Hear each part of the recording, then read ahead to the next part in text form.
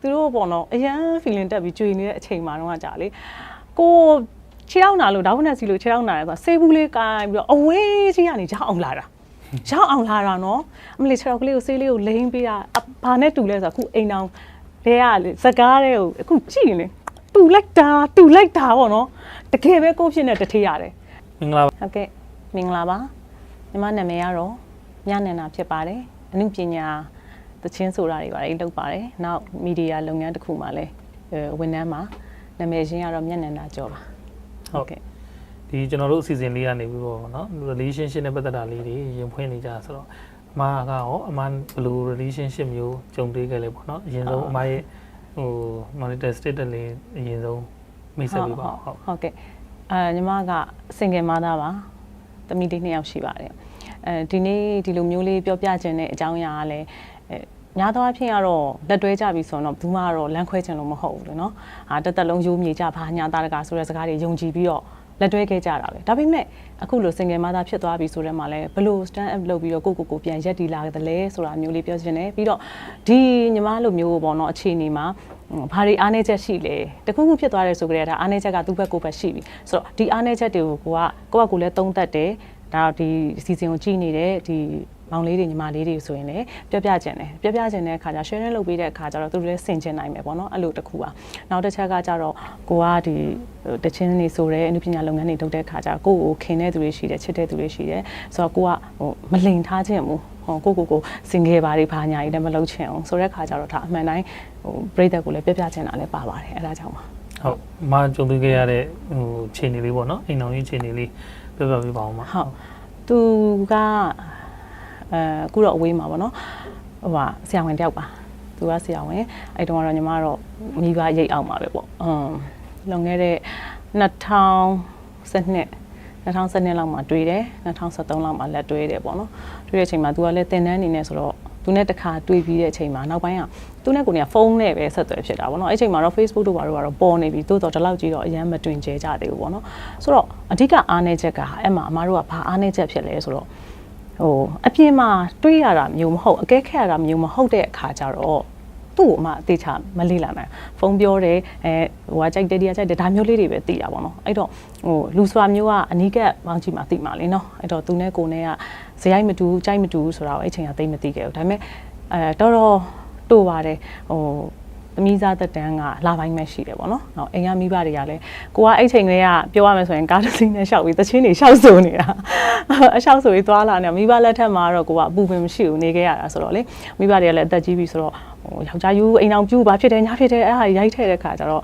့ဟိုယူရင်ကောင်းမလားမယူရင်ကောင်းမလားဖြစ်တဲ့အချိန်သူကလည်းကိုမကိုပေါ့နော်။ယောက်ျားလေးတွေကလေအရန်ရှိရတာသိလားဟိုတကယ်သူတို့ပေါ့နော်အရန် feeling တက်ပြီးကြွေနေတဲ့အချိန်မှာတော့ကြာလေ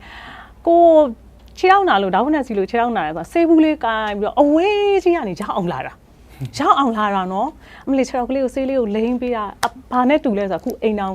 တဲကလေစကားတဲ့ကိုအခုကြည့်လေတူလိုက်တာပေါ့နော်တကယ်ပဲကိုဖြစ်နေတထေးရတယ်အဲ့လိုမျိုးဒီယူရဂယူဆိုင်ခဲ့တာပေါ့နော်ဒါပေမဲ့လေဒီချိန်လေးရောက်မယ်လို့ထင်စရာမရှိဘူးပေါ့နော်ဖြစ်လာတယ်ပေါ့အချိန်လေးအကြောင်းမျိုးတွေကအဲ့ဒါနဲ့ပဲကဲမိဘတွေကလည်းတိုက်တွန်းတယ်ကိုတွေလည်းနှစ်ဖက်သဘောတူတယ်ကြိုက်တယ်ဆိုယူပြသွားတယ်ယူပြီးတဲ့အချိန်မှာပဲသူကတခြားတစ်မျိုးမှာဟိုတောင်ဝင်ကြတော့ဟိုဆရာဝန်ဆိုတော့သွားရတယ်ပေါ့နော်သွားတော့ကိုလည်းလိုက်သွားတယ်ကိုဒီဘက်ကမိဘတွေရောအလုပ်တွေရောကိုအမှုပညာကိစ္စလုပ်နေတာရောထားပြစ်ခဲ့တာပေါ့ထားပြစ်ခဲ့ပြီးလိုက်သွားတယ်လုံးဝကိုဟိုအိမ်အောင်ရှင်မပီပီသားသားနေမယ်ပေါ့နော်အဲ့လိုဆုံးဖြတ်ပြီးနေခဲ့တယ်ဒါပေမဲ့ဟိုအိမ်အောင်ကြပြီးတော့3လလောက်ကြာမှမိဘတွေလည်းစိတ်ချသွားတယ်အဖေဆုံးသွားတယ်အဖေဆုံးပြီးတော့26ရက်ပဲကြာတယ်တချင်အတက်နေမှာပေါ့နော်အမေထက်ဆုံးတယ်သူတို့တက်လာတဲ့မှာအဖေရောမေရောဆုံးသွားတယ်ဖြစ်ချင်တော့ညီမကညီကောင်မမရှိဘူးဆွေမျိုးတိုင်းဝိုင်းလည်းမရှိဘူးဆိုတာအဖေနဲ့မေယူတဲ့အချိန်မှာလည်းသူတို့နှစ်ဖက်ကမတည့်ချဘူးသဘောမတူတဲ့အခါကျအဖေဘက်ကအမျိုးတွေကဗမာမှန်းမသိဘူးအမေဘက်ကလည်းလူပြိုကြီးတွေဒါပေမဲ့အခုချိန်အကုန်ဆုံးကုန်တော့ဆွေမျိုးမရှိဘူးပေါ့နော်တယောက်တည်းဖြစ်တာဆိုတော့အဲ့တော့ဟိုကိုကဟိုသူသားလင်ကိုဘဝသူသားလင်ကိုကပါသိလားသူမသူဆိုတော့သူမျက်နှာထောက်လျှောက်ကြည့်ပြီးတော့နေလာခဲ့တာပေါ့နော်အဲ့လိုမျိုးဆိုတော့ကိုမာနာတွေကိုလှုပ်ချင်တာတွေအားလုံးကိုချိုးနေခဲ့တာအိမ်တော်ကြီးကဘာလဲဆိုတော့လေထူးဆန်းတယ်ပေါ့နော်ဟိုပြောနေတချို့ကလေးတွေပြောနေစကားရှိတယ်မိပြီးသားငါ့ကိုလေတီကောင်ဆက်ကျွေးတဲ့တငါရှိလို့လားဆိုတာအဲ့အချိုတွေကအိမ်တော်ကြပြီးတဲ့အချိန်မှာမကျွေးတော့ဘူးဗျ သိလားခောက်ချိုးတွေပြောင်းသွားတာလေအဲ့တော်တော်လေးရှိဖို့တော့ကောင်းတယ်သိလားမှတ်သားစရာလေးတွေပေါ့နော်ဟိုကြီးစားဘဝမှာတော့ကြာတော့လေယောက်ျားယူတယ်ဆိုတော့စမ်းယူကြည့်လို့ရတာမဟုတ်ဘူးလေနော်စမ်းယူကြည့်လို့ရတာဟိုတော့စာအုပ်ဆိုင်ကအခွေဆိုင်ကလို့ငှားတယ်လို့မျိုးတစ်ပတ်လောက်ငှားသုံးကြည့်မယ်ဆိုတော့ရတာမဟုတ်ဘူးလေနော်ဘယ်မှာမှားမှန်းသိသွားလဲဆိုတော့အိမ်အောင်စကြတဲ့နေ့မှာမှားပြီဆိုတာသိတာဘာလဲဆိုတော့ main ကလေးတွေကလေကိုချစ်တဲ့သူနဲ့အပြင်သွားရင်ဟလာလက်ကလေးကင်ပြီးသွားခြင်းနဲ့ခုံးလေးဖတ်သွားခြင်းနဲ့ဟလာတယောက်မျက်နှာတယောက်ကြည့်ပြီးတော့စားတာလေးကစားချာမင်းကလေးတွေကြည့်နေတဲ့နေရာမှာဆိုရင်တော့မှဒါငါမိန်းမဒါငါကြီးစားဆိုတဲ့အဲ့လိုမျိုးကိုဟိုဟာရှေ့တန်းတင်တာလေးကိုလိုချင်တာလေဒါပေမဲ့သူကြတော့အဲ့လိုမရှိဘူးအဲ့လိုမရှိတဲ့အပြင်ဟိုအိမ်အောင်ကြတဲ့ချိန်မှာဘာလဲဆိုတော့ကိုကစိတ် feeling သမားကိုကအတွေးသမားအမှုပညာသမားဆိုတော့ကိုယူရလေးဖြစ်မယ်ပေါ့နော်ဖတ်ထားမယ်အဲ့လိုမျိုးတော့ကြတော့ဘာဖြစ်လဲဆိုတော့အသားချင်းထိရင်ပူတယ်တဲ့ကတ်မအိတ်ချူအမရင်ကွမ်းပြီအဲ့ကနေစကွမ်းလိုက်တာကလေးတစ်ယောက်ရတော့ကလေးကလင်မအိတ်တယ်နှစ်ယောက်ရတော့နှစ်ခါချားတယ်ပို့ဆိုးသွားရောဝေးသွားရောဆိုတော့ဂျားထဲမှာလည်းဘာဖြစ်လာလဲဆိုတော့အမတို့ဟိုစီးပွားရေးလေးပေါ့နော်နည်းနည်းအဆင်မပြေဖြစ်သွားတဲ့အပိုင်းလေးတွေရှိတယ်ဖြစ်တဲ့အခါကျတော့အမမိဘတွေရှိခဲ့တာတွေအမရှာခဲ့တဲ့ဟာတွေကစအမလည်းအိမ်အောင်မှာထောက်ပံ့ခဲ့တဲ့တက်နိုင်စောဒါဒီကြားထဲမှာမှဘာတွေကပို့ပြီးဟိုဖြစ်သွားလဲဆိုတော့အမတို့ကြားထဲမှာညှိလို့မရတာလေဟိုနားလည်းမရှိဘူးတိုက်မတူဘူးပေါ့နော်type လည်းမတူ live လည်းမတူ။ तू ကကြတော့အရန်အေးတယ်။ကိုကကြတော့အရန် active ဖြစ်တယ်။တခုခုဆိုရင်မြင်း။ तू ကကြတော့လေမလှုပ်တလှုပ်ကိုကအားမရအောင်အဲ့တော့ပြောဆိုတော့တခါလေကိုပြောလိုက်တဲ့စကားတွေကအဲ့ဒါလေဟိုအိမ်နောင်တွေသမီးသားတွေမှာအဲ့ဒါတခုစင်ကျင်ရမှာပေါ့နော်။ကိုကတော့စေတနာပဲ။ဟဲ့နေမသွားသေးဘူးလား။နေမလုပ်သေးဘူးလား။ဟုတ်လို့ဒါပြောလိုက်တာတော့စေတနာသို့တော်သူတို့နားထဲမှာကြတော့ကိုကဒါ pressure ပေးတယ်။ဆရာလုပ်တယ်ဒါလို့ထင်သွားတယ်သိလား။ဆိုတော့ဥမာသူစေကန်သွားရမယ်ဟလာဒီအလုပ်ကိစ္စတစ်ခုချိန်တာဆိုသွားတော့နောက်ကျနေပြီဘာညာဆိုဒီမိန်းမနားကြီးတယ်ဒီဆော်ဆောင်ရမ်းပွားတယ်ဒါမျိုးတွေလာတာပေါ့အမှန်တော့မဟုတ်ကိုယ်စေတနာကို तू နားမလဲတာအဲ့လိုမျိုးပေါ့နော်ကိုကအရန် active ဖြစ်တယ်ပြီးတော့အကြိုက်မတူဘူးပေါ့ဆောနာပြောသလိုဟို RS တန်နဲတဲ့ခါကျတော့ तू ကအချင်းနေဆက်တွေရမ်းကြိုက်တယ်ကိုကလုံးဝမကြိုက်ဘူးအဲ့လိုမျိုးပြီးလို့ရှင် तू ကကြာ तू ဂိမ်းဆော့ရတာကြိုက်တယ်ကိုကဂိမ်းဆော့တာကိုအင်မတန်မုန်းတာ तू ကကြာဂိမ်းကိုနေဂိမ်းညဂိမ်းထမင်းမစားနိုင်မတောက်နိုင်ည12နာရီလဲအရာတည်းဝင်မလာဘူးတစ်ချက်လဲဝင်မလာဘူးနှစ်ချက်လဲဝင်မလာဘူးကိုမစောင့်နိုင်တော့ဘူးလေအဲ့လောက်ကြတော့လွန်သွားပြီထမင်းပကံတော့ဂိမ်းနာယူစားတာဆိုတဲ့အခါကျအဲ့လိုအပိုင်းလေးတွေကအိမ်တော်ကြီးမှာတော့ဒါတေးသေးမမလေးတွေပဲသို့တော်ဒါလေးကကြီးလာတယ်မိန်းမတွေကလေအရာအလုံးသိခံနိုင်တယ်ပြင်းတာလားဂိမ်းဆော့တာလားအရက်တောက်တာလားရတယ်နောက်လောင်းစားလို့မလားလှုပ်သူတချို့လောင်းစားလေးတွေလှုပ်တယ်အဲ့ဒါကြီးလည်းအမစိုက်ထုတ်ပြီးလှုပ်ပေးနိုင်တယ်ရှင်းပေးတယ်မရှိရှိရရှာချမ်းပြီးလှုပ်ပေးတယ်ပြီးတော့တောက်တာစားတာလားမတောက်ဘူးသူတငယ်ချင်းနေနဲ့သွားတောက်မလားငယ်ချင်းနေအိမ်ခေါ်ပြီးလာတောက်မလားရတယ်မားနဲ့ပတ်သက်ဘူးတဲ့သူတွေရင်းနှီးတဲ့သူတွေဒီအစီအစဉ်ကြည့်ရင်သိပါလိမ့်မယ်ကိုယ်အိမ်လိုင်းတော့မှအကြီးရှယ်အကုန်လုပ်ထားပြီးတောက်မဲ့သူဘယ်သူမှမဖြစ်ဘူးလားလာနေနဲ့ငါနဲ့တောက်မယ်ပလင်းထောင်ပြီးအဲ့လောက်နားလည်ပြီးထားရကွာအပျော်ပါညာဆိုရင်လည်းရတယ်သွားပျော်လို့ရတယ်သူ့ကိုအမြဲတမ်းပြောတာပြတ်တဲ့အထိမဖြစ်နဲ့အဲ့လိုပြောတယ်ဒါပေမဲ့ဟိုကြာလာတာနဲ့မျှဘယ်လိုဖြစ်လဲဆိုတော့ဖြစ်ဖို့လဲကံပါလာတယ်ထင်ပါတယ်မတို့သူဆောင်မွဲတစ်ခုဖြေဖို့ရန်ကုန်ပြန်ခဏလာတဲ့ချိန်ကျတော့အဲ့စင်ကြီးဖုံးစေကန်းလေးတစ်ခုမှာသူစေကန်းထိုင်ရတယ်စေကန်းထိုင်တော့အဲ့ဒီစေကန်းမှာလုံနေတဲ့ကလေးမလေးသူနဲ့ဆိုအသက်ထက်ဝက်လောက်ငယ်တယ်ကလေးမလေးကအခုအိမ်အောင်ဇာကားတွေအတိုင်းပဲအဲ့ကလေးမလေးကဟို nest တောင်မဟုတ်ဘူးကွယ်ဒီစေကန်းမှာတန်ရှင်းကြီးပေါ့နော်အဲ့လိုတန်ရှင်းကြီးအကူအဲ့ချိန်မှာအမကလည်းကလေးလေး2ယောက်ပေါ့နော်အငယ်မလေးမွေးပြီးကစားဆိုတော့အမအိမ်မှာကြတော့ကလေးရှိတဲ့အိမ်ဆိုတော့ခလေးနဲ့အတန်ပဲကြားရမှာလေဟာသမီးတယောက်ကိုနိုးတိုက်သမီးတယောက်ကိုထမင်းခွန်နေတော့ဟဲ့မသွားနဲ့မလာနဲ့ပူမဲဟိုနားမသွားနဲ့ဒီတန်ပဲကြားရမှာဟိုမှာကြတော့ဟဲ့ကားလေးနဲ့စေးကန်းရောက်သွားရင်ဆရာကော်ဖီလားဆရာခောက်ဆွဲလားကာနာလေးကိုပြေးကြူဆိုတော့ဒါတားရတယ်လေဟုတ်တာပေါ့တားရခြင်းစရာကောင်းတာပေါ့အဲ့လိုမျိုးဆိုတော့ဒါပေမဲ့အဲ့ဒီရင်းနှီးမှုကသူတို့ကြားထဲကကြာလာတဲ့အခါကျတော့သူတို့တကယ်တွဲဖြစ်သွားတယ်အဲ့ဒါကိုမနေနိုင်တဲ့သူတွေကလည်းကိုပြောတယ်ပေါ့နော်မယုံလေယုံကြည်ထားတာကိုလူဒါမျိုးမဟုတ်ကျန်တာစိုးရင်စိုးမယ်ဒါတော့မစိုးဘူးပေါ့နော်ဒါပေမဲ့တကယ်ဖြစ်သွားတယ်တကယ်ဖြစ်ပြီးဖောက်ပြန်တယ်ပေါ့နော်ဖောက်ပြန်တော့အမကလည်းဟိုမတောင်းညမ်းမအောင်တောင်းညမ်းနဲ့မိမလည်းတော့မပါဘူးကိုလူကဒါကိုပြောရင်ပြောမယ်တစ်ဖက်မိန်းကလေးကိုသွားမတောင်းညမ်းတောင်းမှန်တယ်နှီးမျိုးစုံနဲ့ဟိုမလုပ်ပါနဲ့ဟိုယူပြီးတော့လည်းတောင်းမှန်နဲ့ချော်နီးနဲ့လည်းတောင်းမှန်နဲ့မရဘူးအဲ့မှာဘယ်လိုဖြစ်လာလဲဆိုတော့ तू ကဒီဘက်ကိုကန်တဲ့စကားတွေပေါ့နော်ကန်တဲ့စကားတွေဟိုအိမ်ထဲပညာရှိနီးနဲ့နှိပ်စက်တာတွေလောက်လာတာပေါ့အိမ်ထဲမှာလည်းတာမီ3ယောက်ကတကဘာသူကတကဘာလို့ဖြစ်လာဆိုတော့အိမ်မှာဟိုပြန်မလာဘူးစားချင်စားတယ်မစားချင်မစားဘူး စကားကိုလုံးဝမပြောဘူးအဲ့လိုမျိုးတွေပေါ့နော်ဆိုတော့ကလေးတွေကလည်းဟိုသူ့ကိုမျက်နှာကြည့်နေရတယ်ပေါ့အခါကျရင်သားမိ3ယောက်အိတ်နေနေတော့မှဘုံတိုင်းတိုင်းနေလှုပ်သူ့ဘာသူတယောက်တည်းမကြည်မနှက်တွေဖြစ်ပြီးတော့အိတ်နေတဲ့ခြေနှောင်းတွေမိတွေရှူလို့ရှုဒါမျိုးတွေပေါ့နော်အဲ့လိုမျိုးတွေလှုပ်လာတော့မလုံခြုံတော့ဆိုတော့ဟိုကလေးတွေအတွက်ကကြတော့လေတော်တော်တနာဖို့ကောင်းတယ်အဖေမျက်နှာအမေမျက်နှာကြည့်နေရတော့လေအဲ့နဲ့ဘလို့မှညှိလို့မရအောင်အဲ့လိုကြားတဲ့ကနေမှသူတခါဟိုခိုးထွက်သွားပြီးတော့အလုပ်ကိုကြောင်းပြခိုးထွက်သွားပြီးတော့အဲ့ဒီကောင်မလေးရဲ့အိမ်မှာကိုသွားနေနေတာကိုကလည်းမိသွားတယ်ပေါ့နော်မိသွားတဲ့ခါကျကဲဘလို့လုံးမှလဲဒီလိုချိန်နေတွေဖြစ်နေပြီဘာညာဆိုတဲ့ခါကျတော့ तू ကအမကိုပြောတယ်အဲ့ချိန်ကျမှ तू လူကြီးတွေရှိမှ तू အမကိုပြောနော် तू ပြောတဲ့စကားထုံးတာပါဆို तू အားတဲ့အမအတွက်ဆိုရင်တဲ့ဒီဝရဏမီးလုံးလေးလဲပေးရတာအစားတဲ့နောက်ပြပါလဲအင်ကြီးလေးတစ်ထည်လျှော်ပေးရတာအစားတဲ့ကန်လေးတစ်ချက်ဆေးပေးရတာအစားသူ့အတွက်ပင်ပန်းတယ်တဲ့ဆိုပြီးသွားပြီစကားဟုတ်လားယောက်ျားတစ်ယောက်ကကိုယ့်အတွက်ဒါလေးတောင်မှပင်ပန်းတယ်လို့ तू ပြောရင်ပြီးသွားပြီလေအဲ့တော့သူ့မှာအမြင်နာကျင်နေရတာဟိုဒီ main ကလေးကိုတန်းတာပြီးတော့ဆိုတော့သူတိတ်သူ့မှာလေးဟို feed တွေတက်ပြီးတော့အဲ့ကောင်မလေးစီမသွားရရင်ဖြစ်နေတာဆိုတော့လေပြီးတော့ကိုယ်မချစ်တော့ဘူးဒီကောင်မလေးပုံမှာတကယ်ချစ်သွားတယ်ဆိုတာကိုသူထိုင်ပြောနေတာအခုတငယ်ချင်းဒီလိုနဲ့ကိုနဲ့ညီမနဲ့ပြောနေတယ်လို့ပဲတငယ်ချင်းတယောက်ကိုပြောတယ်လို့သူရင်ဖွင့်တာတွေမှထိုင်နားထောင်ခဲ့ရတာအဲ့လိုဆိုတော့ကိုကစဉ်းစားပါဆိုဟိုဟွာရီပေါ့နော်ဗာလဲရှေ့ခေတ်တုန်းကဗာလဲမဟောတထာတွေကသားတရားစီရင်ကန်းလို့လေသိလားကိုသားသမီးနာကျင်နေတာကိုဘယ်မီးမှမကြည့်ရဘူးဒါကတော့မြစ်တာပေါ့နော်ကိုကကြတော့ကိုဒီထောင်ထားတဲ့ကိုအိမ်ထောင်ဘက်ကနာကျင်နေတယ်ပေါ့နော်ကိုမဟုတ်တဲ့သူတယောက်ကိုဒီလိုဖြစ်နေတဲ့ခါကျတော့ဩသွားပါစေလက်လွတ်ပေးလိုက်မယ်ပေါ့နော်အဲ့ဆိုလဲခွဲမယ်ပေါ့အဲ့လိုပေါ့ဒီကြားထဲမှာလဲကိုနာခဲ့တာတွေရတယ်အများကြီးပဲပေါ့နားရဲဆိုတာဟိုအဲ့ချိန်ကကိုကအိမ်အောင်ရှင်ဆိုတော့မရှာနိုင်ဘူးလေဟိုအိမ်မှုကိစ္စတွေပဲဗာဒီလုံနေတဲ့ခါကျတော့ဝေးကြီးပိုင်းနေဆိုလဲတော်တော်လေးဟိုနင်းခဲ့တာပေါ့နော်နင်းပြီးပြောခဲ့တာဟိုငါရှာတဲ့ဟာကိုဘလို့ဖြစ်ပြီးတော့ဖာညာတိမ်ငယ်ခဲ့ရတာပေါ့ကိုကမိဘလည်းမရှိတော့ဘူးဟိုပိုင်ဆိုင်မှုတွေလည်းမရှိတော့တဲ့ခါကျတော့လေဆိုတော့ခွဲမယ်ဆိုလဲအေးခွဲပေါ့ပြန်စမယ်ပေါ့ကိုဖွားကိုနော်အဲ့ဆိုအရင်ဦးဆုံးကတော့ကိုငါရက်တည်နိုင်လားကိုဆုံးဖြတ်ရတာပေါ့နော် तू မရှိရင်ရောငါဖြစ်လားဆိုတော့ဟို तू မရှိရင်တော့ဖြစ်တာပဲအခု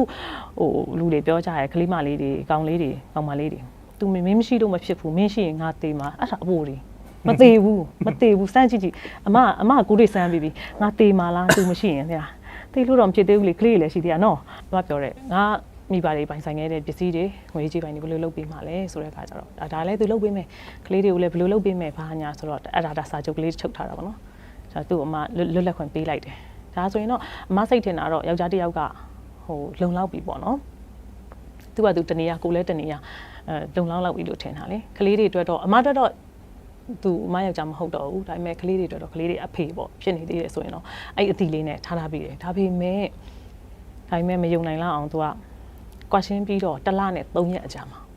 အဲ့ကောင်မလေးနဲ့ထွက်ပြေးတာမှာရိုးထွက်ပြေးတာမဟုတ်ရှိတဲ့ပစ္စည်းတွေအကုန်ယူသွားပြီးထွက်ပြေးသွားတာပေါ့နော်အပြီးထွက်ပြေးသွားတာဆိုတော့ကလေးတွေနဲ့လည်းလုံးဝဆက်သွယ်ဖြတ်ချသွားတာပေါ့နော်အဲ့တော့ရန်ကုန်ကိုရောက်လာတယ်အမအလုပ်လျှောက်တယ်အမကိုဟိုအမအန်တီလေးရဲ့ဆက်သွယ်နဲ့အမအလုပ်ရတယ်အလုပ်ရပြန်ရန်ကုန်ရောက်လာတဲ့အချိန်မှာ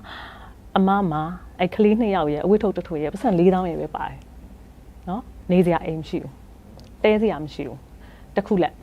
ဆိုတော့အရန်အဲ့အချိန်ကြီးကလေပြိုလဲစရာကြီးတည်လားဒါပေမဲ့အဲ့အချိန်မှာဒါအမရှောက်တဲ့လမ်းမှားရင်အမအခုဒီနေ့ဒီခုမှထိုင်နိုင်မှာမဟုတ်ဘူးပြီးတော့အမဘယ်လိုလုပ်လိုက်လဲဆိုတော့စိတ်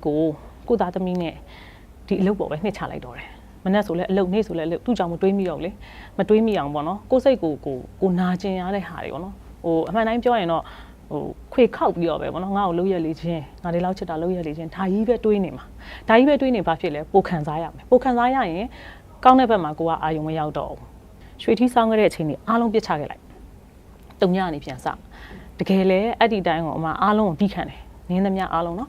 အစင်ငယ်မသားဖြစ်သွားတဲ့အချိန်မှာအတွေ့အကြုံတွေရလဲအများကြီးပဲဆိုတာဟိုမိန်းကလေးချင်းကြပြန်တော့လဲနှိမ်တာပေါ့နော်သိလားသူကစင်ငယ်မသားမှုလို့ဘယ်လိုဖြစ်လို့သူတို့ရဲ့ကောင်လေးတွေသူတို့ရဲ့ဟိုယောက်ျားတွေနဲ့စိတ်မချတာမျိုးတို့သိလားကိုကိုစောင်းပြောတာတင်းပြောတာမျိုးတခုခုကိုကအင်ကြီးလေးပါလေးရစားအတူပြက်ကလေးဝတ်လိုက်တယ်ဆိုရင်တော့မှသူကစင်ငယ်မသားမှုလို့ဘာဖြစ်တယ်အဲ့စကားတွေပေါ့နော်အဲ့လိုမျိုးတွေလည်းခံရတယ်နောက်တချို့ယောက်ျားတွေကြာလဲရမလား စမ်းညစ်ကြပါတော့ဟိုကိုကအမှုပညာလုံးနေပို့ဆိုးတယ်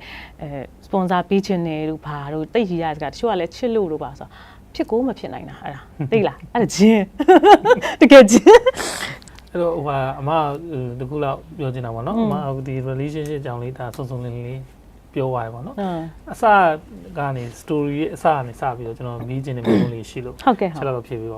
အမတို့ဒီချစ်သူဘဝမှာဒီတယ်လီဖုန်းနဲ့ပဲဆက်သွယ်တယ်လို့ပြောတယ်ဘယ်လိုမျိုးစတွေ့ခဲ့တာလဲအဲ့ဒါလေးဘယ်လိုမျိုးစတွေ့ခဲ့တာလဲဆိုတော့သူနဲ့ကိုနဲ့ကသူကစေးုံတစ်ခုမှာလုံနေတဲ့အချိန်ကိုနဲ့တွေ့တယ်ပေါ့မိဘတွေကျမ်းမာရေးကိစ္စနဲ့ပတ်သက်ပြီးစေးုံတစ်ခုမှာတွေ့တယ်အဲ့နောက်ပိုင်းကျတော့အမေဒီစီအရင်လုံးတာ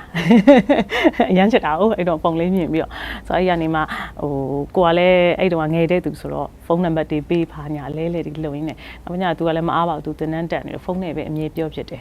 အမြဲပြောတယ်စကားပြောပါညာအဲ့လောက်ပဲသိရပါတော့ဒါပေမဲ့ तू ပိတ်ရက်တို့ဟာမျိုးကြတော့ကိုစီလာတယ်လာတဲ့ခါကျရင်လည်းဂယုဆိုင်ပါတယ်အဲ့လိုဟုတ်ကဲ့ဗျအမချစ်သူတန်9လလာမသိဘူးမပြောသွားတာနော်ဟုတ်9လလောက်ဝင်ချင်ပါပဲဟုတ်9လနဲ့ဒီဆောက်လိုက်တယ်ပေါ့နော်အိမ်တော်ကြီးတစ်ခုတော့ပြိုကွဲသွားပြီပေါ့နော်အဲ့တော့ကျွန်တော်မေးချင်တာဒီချစ်သူတန်နဲတာရောအိမ်တော်ကြီးနဲတာများတာရောအိမ်တော်ကြီးပြိုကွဲတာရောသက်ဆိုင်လားပေါ့တက်ရောက်မှုရှိလားအမဘယ်လိုမြင်လဲပေါ့အော်ပေါ့နော်ဆိုင်တော့မဆိုင်ဘူးဒါပေမဲ့လည်းလေမဆိုင်ဘူးဆိုပေမဲ့လည်းချစ်သူတန်ကတော့လေအချိန်ယူပြီးလေ့လာဖို့ကတော့လိုကိုလိုအပ်တယ်တချို့ကြတော့လည်းအမတွေ့ဘူးလေသိလားဟိုတစ်လ2လလောက်တွေ့အခုမြဲနေတာတွေအများကြီးပဲရှိတယ်သိလားအဓိကလူစိတ်နဲ့ပဲဆိုင်တာပေါ့နော်မြဲအိမ်အောင်တစ်ခုကိုမြဲခြင်းတဲ့သူကလေဘလို့အခက်ခဲပဲရှိပေါ့နော်ဘလို့ဟိုဖြတ်တည်ပဲရှိမြဲအောင်ကိုတိဆောက်တယ်မြဲခြင်းသိမရှိတဲ့သူကတော့အကြောင်းပြချက်ခေါင်းဆောင်သူ့မှာ ready ရှိနေတယ်အဲ့ဒါပါပဲအဓိကစိတ်ပါပဲဟုတ်ဟိုအမတို့ဒီသိသွားတဲ့ခါမှာပေါ့နော်အိမ်တော်ကြီးဖောက်ပြန်တာသိသွားတဲ့ခါမှာရောသူ့ဘက်ကဘလို့တုံ့ပြန်ခဲ့လဲနောက်ပြီးတော့မိန်းကလေးဘက်ကရောဘလို့တုတ်ပြန်ခဲ့လေတသနာတွေပါရောဘယ်လိုဖြည့်ရှင်းခဲ့လဲပေါ့နော်အမလေးအိမ်တော်ကြီးဖောက်ပြန်တာကိုသိရချင်းသူ့အရင်ဦးဆုံးပေါ့နော်သူ့ရဲ့ Viber call လေးတဲ့ဟိုဝင်လာတယ် video call လေးဝင်လာအဲ့ချိန်မှာသူတို့ချက်နေတာချက်နေရင်လည်းသူက toilet သွားရင်းနဲ့ဝင်လာဘယ်သူလဲပေါ့ဆိုတော့မှကြည့်လိုက်တော့မှ main ကလေးပုံနေဆိုဘယ်သူလဲဆိုတော့မဖြေဘူးအဲ့ရနေ main မတွေကလေအဲ့မှာလေဟိုအလိုလိုလေကိုယောက်ျားကိုချစ်သူတခုခုဘတ်နေပြီကိုလိန်နေပြီဆိုသိတယ်မိန်းမတွေတော့မလုံနဲ့သိလားမိန်းကလေးတွေမှာလေ accent ရှိတယ်သိလားငါ့ကိုဒီလူပြောလိုက်တဲ့စကားကိုနောက်ကျနေရပြန်လာမယ်အလုပ်ကြောင်ဖုန်းထဲမှာပြောတဲ့လေတံကိုကကြည့်လိုက်နားထောင်လိုက်ဒါမဟုတ်တော့ဘူးဒါတကယ်နောက်ကျတော့မဟုတ်ဘူးဖမ်းလို့ရတယ်မိန်းမတွေမသိစိတ်မှာရှိတယ်တော့လိန်လို့တော့မရဘူးနော်မဟုတ်ဘူးဆိုတော့အဲ့ကလေးကသိတယ်အဲ့ဒီကနေပြီးတော့ဆက်တွေးတဲ့နေရာကြလို့ရှင်လဲမိန်းမတွေရဲ့အုံနောက်ကလေကြံတဲ့နေရာမှာသာခြိုင်ချမယ်နော် CID ထက်တာတယ်သိလားတက်ဒီမိနစ်မှာဒီလိုဖြစ်တယ်ဒီချိန်ဒီလိုဖြစ်တယ်ဒါမဖြစ်နိုင်ဒီဟာကိုဒီလိုကောက်ချက်ဆွဲရင်တော့ဒါသိကြတယ်အဲ့ဒါကိုဒိန်းဆိုမေးကြည့်လိုက်ကွက်တိအဲ့တော့မိန်းမတွေရဲ့အုံနောက်ကအချစ်ရေးအိမ်တော်ကြီးနဲ့ပတ်သက်ရင်စုံစမ်းစစ်ဆေးတဲ့နေရာမှာတန်တရားဖြစ်တဲ့နေရာမှာ CID ထက်ကိုတားတယ်အိမ်တော်သက်ဘလောက်မှပြိုကွဲသွားလဲနဲ့ပြီးတော့သူတို့ကရောအခုလက်ရှိဟိုလက်ထပ်သွားကြပြီလားပေါ့နော်သူတို့ညောင်းပါ9နှစ်ပေါ့9နှစ်လောက်အိမ်တော်သက်ပေါင်းလိုက်ရပါတယ်နောက်ပြီးကြတော့သူတို့ကတော့အခုအဲ့လူကလဲတော့လဲတယ်တရားဝင်မယူတရားဝင်မယူဘဲနဲ့တခြားတနေရာမှာရှိနေတယ်ဟုတ်တခြားတယောက်နဲ့မဟုတ်ဘူးအဲ့ဒီကောင်မလေးကတနေရာမှာသူကတနေရာမှာပေါ့နော်ဒါပေမဲ့သူတို့ကတော့ယူဖို့အစီအစဉ်ရှိတယ်ဒါပေမဲ့အခုချိန်ကြီးတော့တရားဝင်မဟုတ်သေးဘူးလို့သိထားတယ်ဟုတ်မကုနာပြောသွားတဲ့ပထမဆုံးပြောသွားတဲ့အကြောင်းအရာပေါ့နော်ဒီခွာရှင်းကာစာမှာပေါ့အခက်ခဲနဲ့ကြုံတွေ့ခဲ့ရတယ်ဟုတ်အဲ့ဒီချိန်မှာရောဒီကလေးတွေအဖေကတာဝန်ယူမှုတာဝန်ခံမှုတခုခုပေါ့နော်အမအောင်ဆက်သွယ်လာတာမျိုးကူညီခဲ့တာမျိုးမရှိပါဘူးငွေကြီးနဲ့ပတ်သက်ပြီးတော့လည်းကွာရှင်းလိုက်တဲ့အချိန်ကစပြီးတော့တပြားတစ်ချက်မှမရှိခဲ့ဘူးပေါ့နော်မပေးခဲ့သလိုအမလည်းမတောင်းခဲ့ဘူးနောက်သူ့ရဲ့မိဘတိုင်းဝိုင်းဘက်ကိုလည်းကလေးတွေကိုအကြောင်းပြပြီးတော့အမမတောင်းခဲ့ဘူးအဲ့ဆိုအမအနေနဲ့ရောနောက်ထပ်အိမ်အောင်ပြုဖို့ရောတော်ကြောက်ပြီဟိုလေမီးဘူးလောင်တယ်လို့မျိုးပေါ့နော်ဓာတ်လိုက်ခံရဘူးတယ်လို့ပဲဒီဟာကို